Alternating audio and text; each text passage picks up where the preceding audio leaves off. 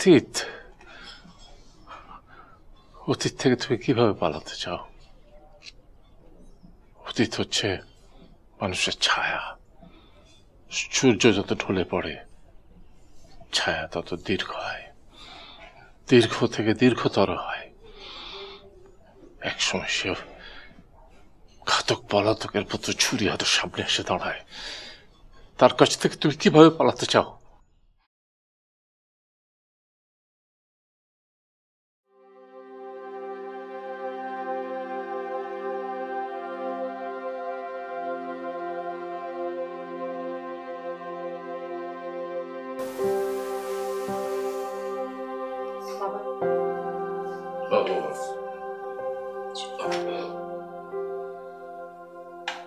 তুমি কি কোথাও গিয়েছিলে নাকি? আপার সঙ্গে দেখা করতে গিয়েছিলাম। কাল চলে যাব তো, তাই দেখা করে এলাম। ভালো করেছো বাবা। না, আমি ভাবছিলাম যে তুমি বুঝি আমার মায়ের উপর রাগ করে বাড়ি চলে গেছো। না বাবা, বাবা মা আমাকে ভুল বুঝছেন। তোমার মায়ের মনটা খুব খারাপ বৌমা। She is very much depressed. বাবা আমি কিন্তু কখনো মাকে অ্যান্টাগোনাইজড করতে চাইনি। একটা স্প্যানিশ প্রবাদ আছে জানো বৌমা,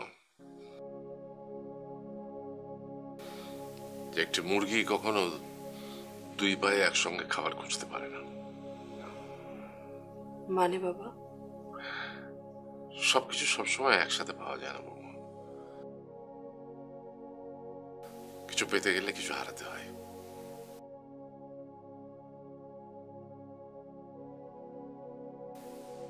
তুমি আলাদা সংসার করতে চাও, আবার শাশুড়ির আদর ভালোবাসাও পেতে চাও, তা তো হয় না। বিচ্ছেদ কখনো মধুর হয় না, বিচ্ছেদ সবসময় তিক্ত। আপনিও কি আমাকে দোষী ভাবছেন বাবা? না না বৌমা, আমি তা ভাবি না। একটা কথা জানো কি বৌমা, এই বৃদ্ধ বয়সের অনেক অসুবিধা আছে, কিন্তু তার সাথে একটা সুবিধা আছে। মানুষের বয়স যত বাড়ে সে তত সহিষ্ণু হয়।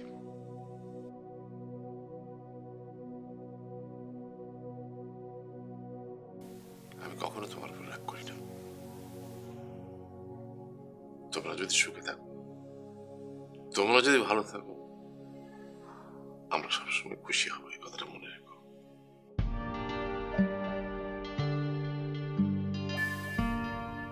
হ্যাঁ,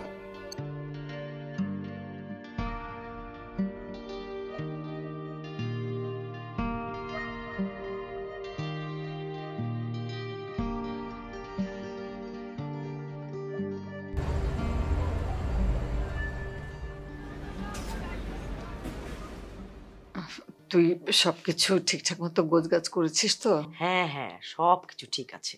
শোনো, ওনারা খুব সাধারণ মানুষ, প্যাঁচ গোছ বোঝে না। আর তাছাড়া রুনাকে তো ওদের পছন্দ হয়েছে। ছেলে তো রুনার ছবি দেখে এক বাক্যে রাজি। রাজি না হয়ে উপায় আছে? রুনার মতো সুন্দর মেয়ে পাবে কোথায়?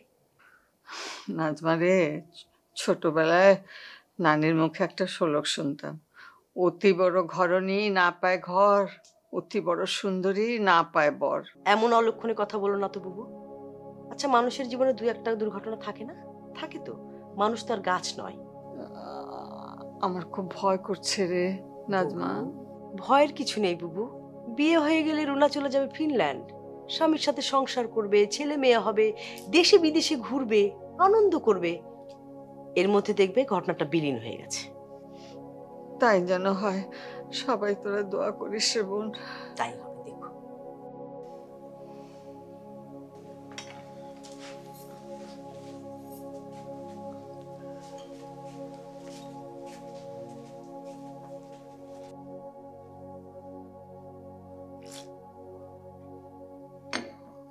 তোমরা তাহলে শুক্রবারেই যাচ্ছ? জি। গুড। ডিসিশন যখন নিয়ে ফেলেছো তখন যত তাড়াতাড়ি সম্ভব এক্সিকিউট করা ভালো।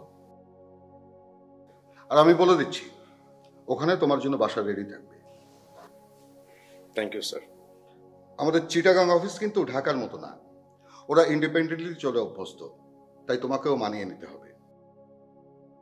ওখানকার লোকাল পলিটিক্স অনুযায়ী তোমাকে অ্যাকোমোডেট করতে হবে।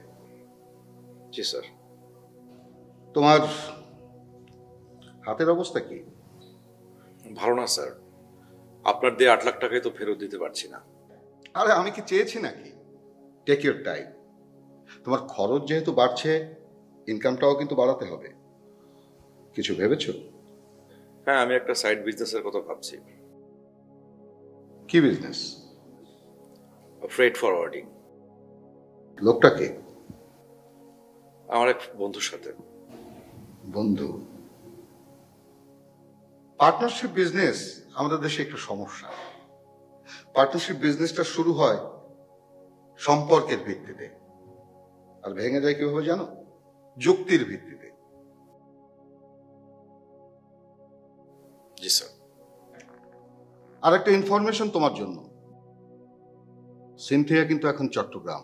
I don't let work her in. এটা তোমার জন্য একটা delicate subject. Did you get me? Yes sir. Rosie should be your priority.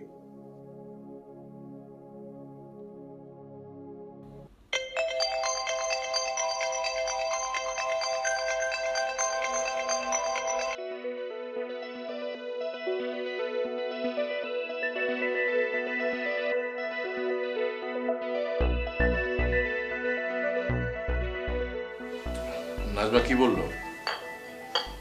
বললো খোঁজ খবর নিয়েছে, খুব ভালো ছেলে, স্বভাব চরিত্র ভালো। আমি ডেট করার কথা বলে দিয়েছি। মানে একটু বেশি তাড়াহুড়ো হয়ে যাচ্ছে না? ভালো কাজ তাড়াতাড়ি করতে হয়, বুঝেছো? ইয়ে কোথায়, রুনা কোথায়? ও তো একটু বাইরে বেরোলো। আবার কোথায় গেছে? ওই ডাক্তার আরিফা এসেছিল, ও বোধহয় ওকে নামিয়ে দেবে ইউনিভার্সিটিতে। ওই ডাক্তার ছেলেটা একটু বেশি গায়ে পড়া, রোজ রোজ আসার এত দরকারটা কি? না না, তোমার ভালো ছেলে, ও না থাকলে কি হতো বলতো? যা হবার তাই হতো। আমি কিন্তু ঝামেলার ঘ্রাণ পাচ্ছি। তোমার আসলে স্কটল্যান্ড ইয়ার্ডে চাকরি নেওয়া উচিত ছিল, তাহলে নিদেন পক্ষে শার্লক হোমসের মতো একটা পেশা নিতে পারতে তুমি। ঠাট্টা করো না অপুর বাবা। আমাদের বাড়ির কার্নিশে যেদিন একটা লক্ষ্মী পেঁচা এসে বাসা বাঁধলো, সেই দিনই অপু এসে ওর বিয়ের কথা বলল। তো লক্ষ্মী প্যাঁচার সাথে অপুর বিয়ের কি সম্পর্ক? এগুলো অমঙ্গলের চিহ্ন। কারো বাড়িতে লক্ষ্মী পেঁচা এসে বাসা বাঁধলে সে বাড়িতে অশান্তি হয়। সব কুসংস্কার। কুসংস্কার না অপুর বাবা। আমাদের রুনার সেই ভয়ঙ্কর রাতটা, সেই রাতে প্রচণ্ড ঝড় বৃষ্টি হচ্ছিল, আর ওই রাস্তার মোড়ে একটা কুকুর কেমন একটানা কেঁদেই যাচ্ছিল, আর ভয়ে আশঙ্কায় আমার বুকটা বারবার কেঁপে উঠছিল। আর ওই যে দীপু যেদিন ওই ছেলেটিকে ছুরি মেরেছিল, সেদিন জানো একটা চড়ে এসে আমাদের বাসার জানলার কাছে বাড়ি খেয়ে নিচে পড়ে গেল। আমি দৌড়ে গিয়ে মুখে পানি দিলাম, কিন্তু চড়ুই পাখিটা বাঁচল না। সবই কিন্তু অমঙ্গলের চিহ্ন। শান্ত হও রোকেয়া। অস্থির মন হচ্ছে আশঙ্কার উর্বর ভূমি। আমার মন বলছে আরো অনেক বড় বিপদ এগিয়ে আসছে। আকাশে মেঘ জমেছে, কালো মেঘ, ভয়ঙ্কর কিছু একটা আমাদের জীবনে ঘটতে যাচ্ছে অপুর বাবা।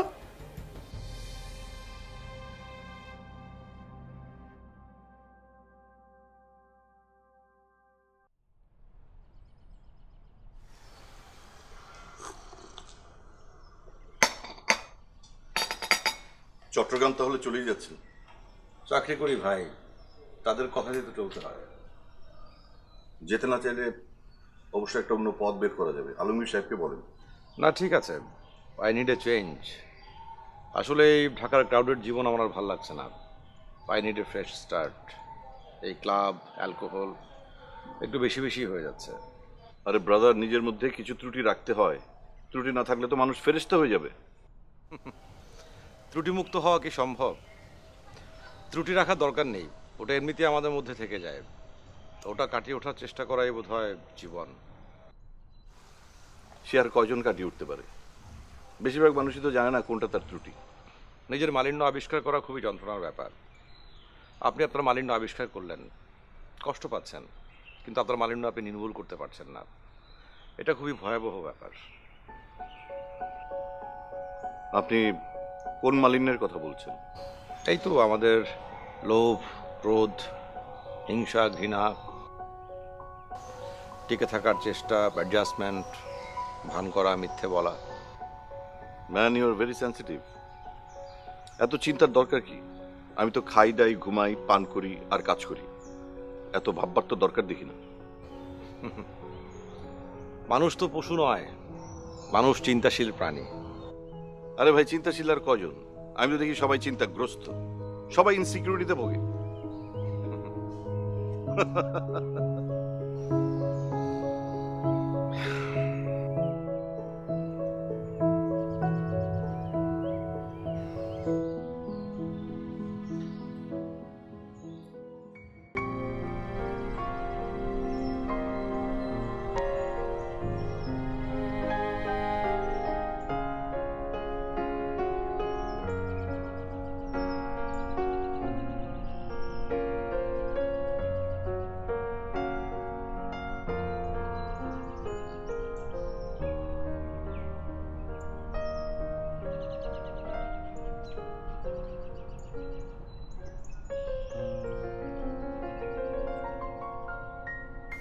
ভীষণ সুন্দর।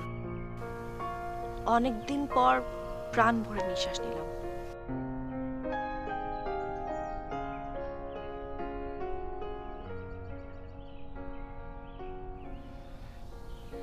এত তাড়াহুড়া করে বিয়ে করাটা ঠিক হচ্ছে না। কেন? না, আপনার উপর এত বড় একটা ধকল গেল, অন্তত পড়াশোনা শেষ করার পর। The ball is not in my court anymore. আমার সিদ্ধান্ত জানানোর কোনো সুযোগ নেই। আপনি চাইলে আমি আপনার মার সাথে কথা বলতে পারি। কি বলবেন? বলবো অন্তত পড়ালেখা শেষ করার পর বিয়েটা। আমার মা আপনার কথা কেন শুনবে? কারণ কারণ আমি আমি আপনার ভালো চাই। আমার মাও আমার ভালো চায়, আপনার চেয়ে বেশি ভালো চায়। রুনা, আমি আপনাকে বিয়ে করতে চাই।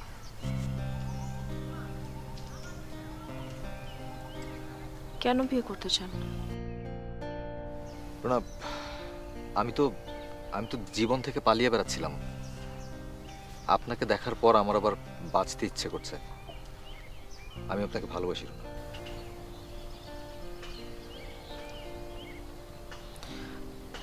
আপনি আপনার নিজেকে ভালোবাসেন। মানুষ খুব স্বার্থপর প্রাণী, নার্সিসিস্ট। সে শুধু নিজেকেই ভালোবাসে। আপনি আমাকে বিয়ে করতে চান আপনার পাপের প্রায়শ্চিত্ত করার জন্য, পাপ স্খলনের জন্য। আপনার নিজের জন্য আমার প্রতি করুণা দেখাবেন না, সেটা আমি আপনাকে আগেও বলেছি।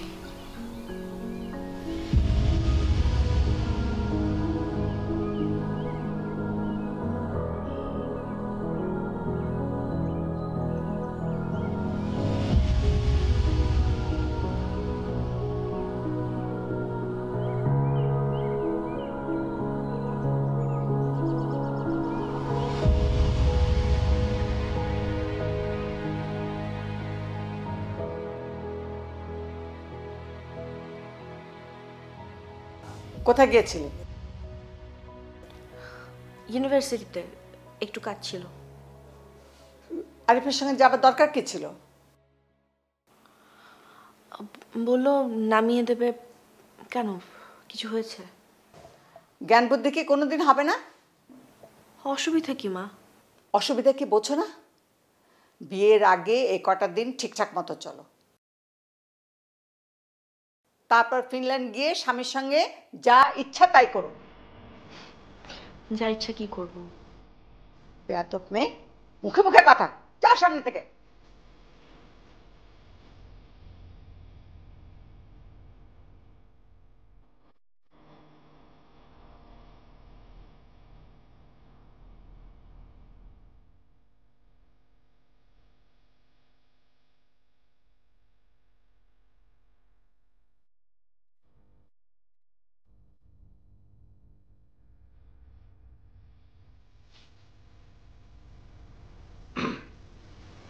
মা,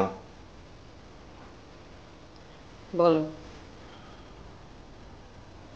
মা, সকালে আমরা যাচ্ছি।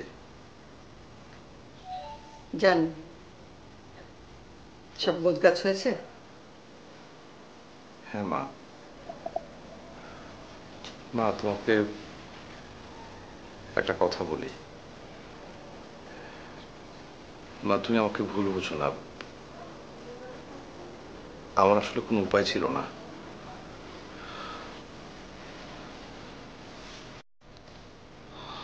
মা, মা, তুমি আমাকে মাফ করে দাও। মাফ করে দাও মা।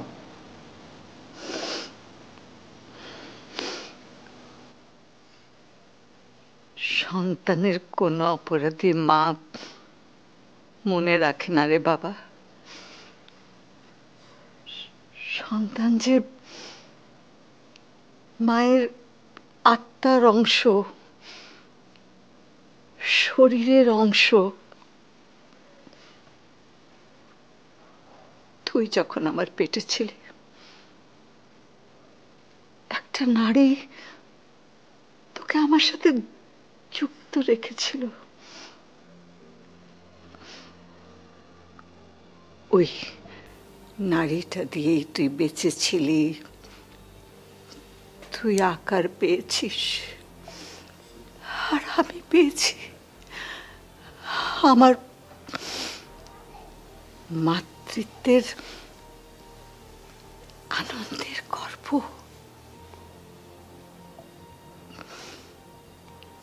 কিন্তু